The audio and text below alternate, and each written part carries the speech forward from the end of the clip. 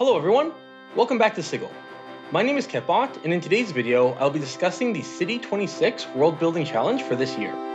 I'll go over exactly what City 26 is, some modifications to it that I'm making to the challenge, and an example for my first week. With that said, we've got a lot to cover today, so let's get right on into it. So, what is City 26? It's a project that technically began January 1st, 2026, although if this is your first time hearing of it, it's not too late to start now. The challenge will be run for the entire year, where participants will create a city over the course of the year, creating a new ward for the city each week. Days of the week are assigned to particular features or characteristics of the ward in question. This is an expansion of the other year-long challenges, which started in 2023 with Dungeon 23 and 24, where participants created a 12-level dungeon consisting of 365 rooms, and Hexes 25, where the challenge was 1 hex crawl space per day. The first thing to consider before starting City 26 is the theme or genre that you want for the city that you're going to create. I will be making a high fantasy city like Waterdeep or Baldur's Gate, but this challenge could work for a city in any genre. Not just high fantasy, but even science fiction, apocalypse, or 1920s noir. Once you've decided on the genre, it's time to start thinking of wards and which ones you want to start with. Here's the graphic with suggested weekly breakdowns for each ward. Monday is principal feature. Who lives or works here? Are they rich or poor? What are the demographics? Is there a dominant monument or building?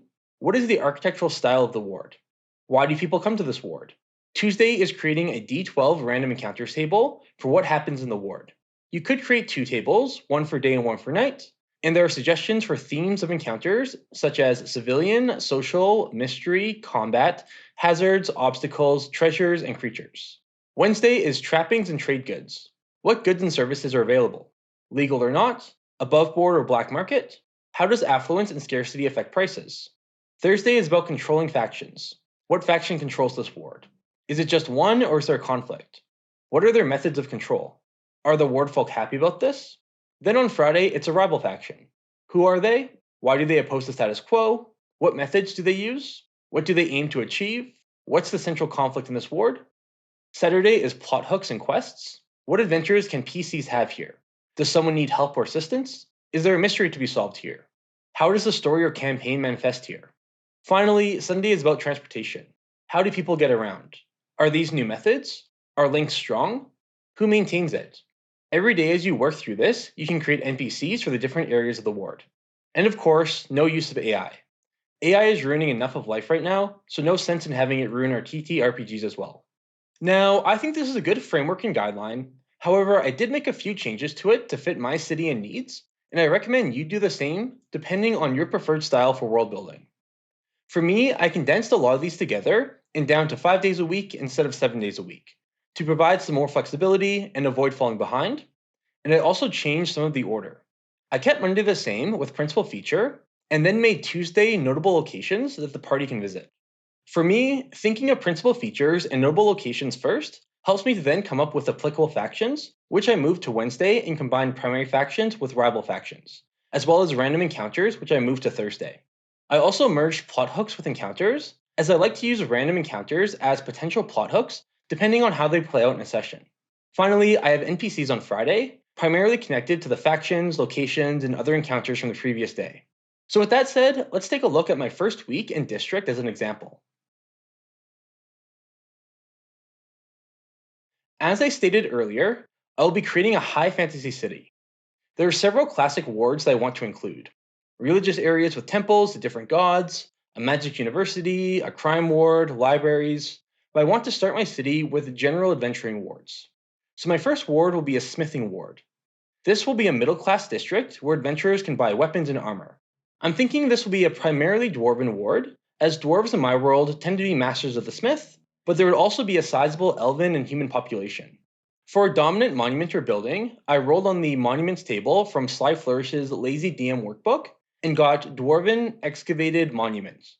Instead of randomly rolling for the structure, I decided that would be an anvil, as that would fit the ward and randomly determine descriptors really well, and named the monument Moradin's Fist. It makes sense to me that the buildings would be made of brick and stone due to the heat from the forges, and covered by smoke and soot like London in the Industrial Revolution. Probably the most important thing to include in a city is locations for player characters to interact with. We have one so far with the monument, but now it's time to include some shops. I had the idea of two competing shops that sell weapons and armor from two competing dwarf clans, Shieldheart Sundries and Forge Cloak's Flask. This will form the basis for the next day's work too, when it comes to rival factions. I always keep a table of prices behind my DM screen for mundane venturing equipment, weapons, and armor, but I could include that here too if needed, and I use the lazy 5e magic item pricing of uncommon at 500 gold pieces, rare 5,000 gold pieces, and very rare 50,000 gold pieces.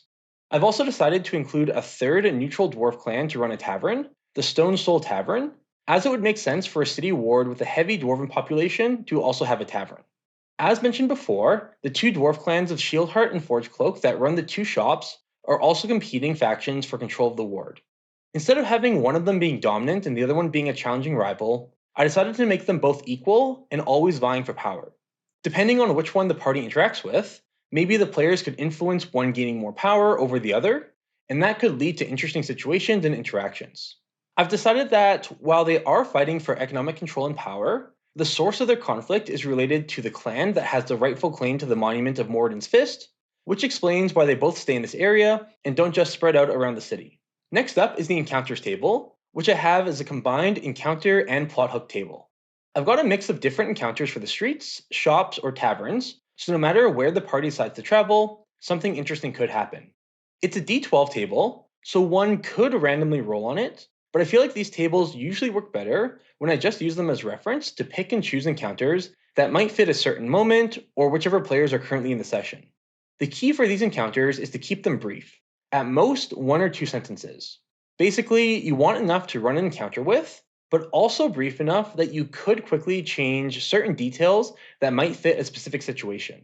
The best random encounters are ones that you can adapt to the moment to fit the story at large, or an aspect of a player character's background, especially if it's not obvious to the players at first. In the world of the Lazy Dungeon Master, this is also where they can be modified to work with secrets and clues from the session preparation. And finally, we need some NPCs that the players can interact with. My shorthand strategy that I use for both preparing and improvising NPCs is instead of writing down lists of attributes, mannerisms, or backstory to remember and reference during a session, to just think of a character from a piece of fiction that they emulate. So that's what I did here. I have my two rival dwarf clans of Shieldheart and Forgecloak, and I want them to be familiar yet distinct.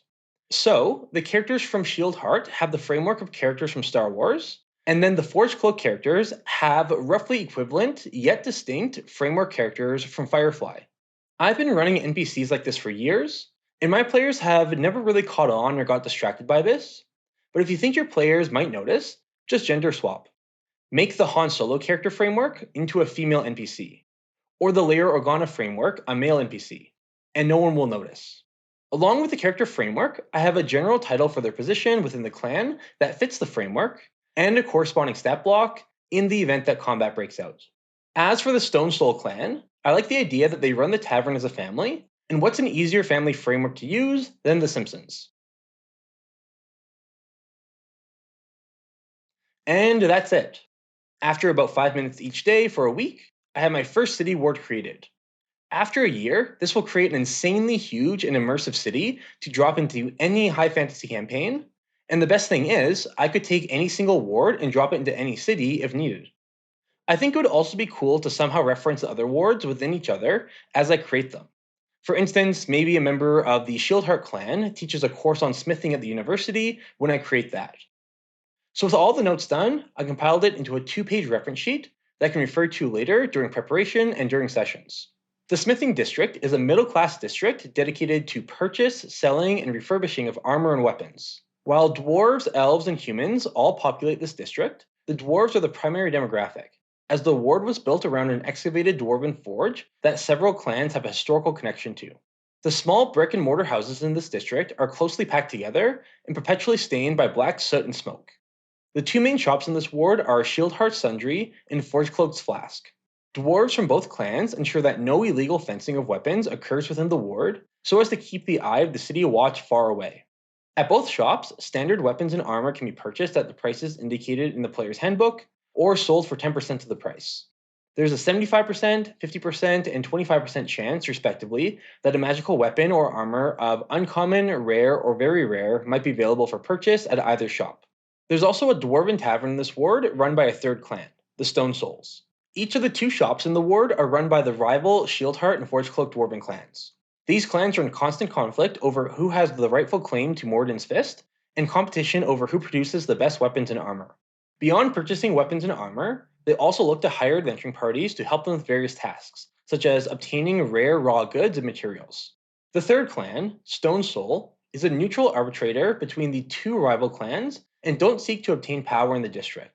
Although the Stone Soul clan are somewhat indifferent to Morden's Fist, unbeknownst to the three clans, they are the ones who truly have a claim to it. And so that is City 26 and the example of the first ward for my city. I haven't thought of a name for my city yet, so if you have any cool ideas, please let me know in those comments down below.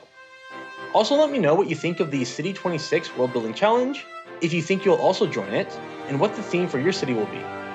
I hope this video had some useful tips for you as well when it comes to lazy world building that you can incorporate in your own session preparation. Thank you so much for watching. My name is Kevbot. Now get out there and build a city.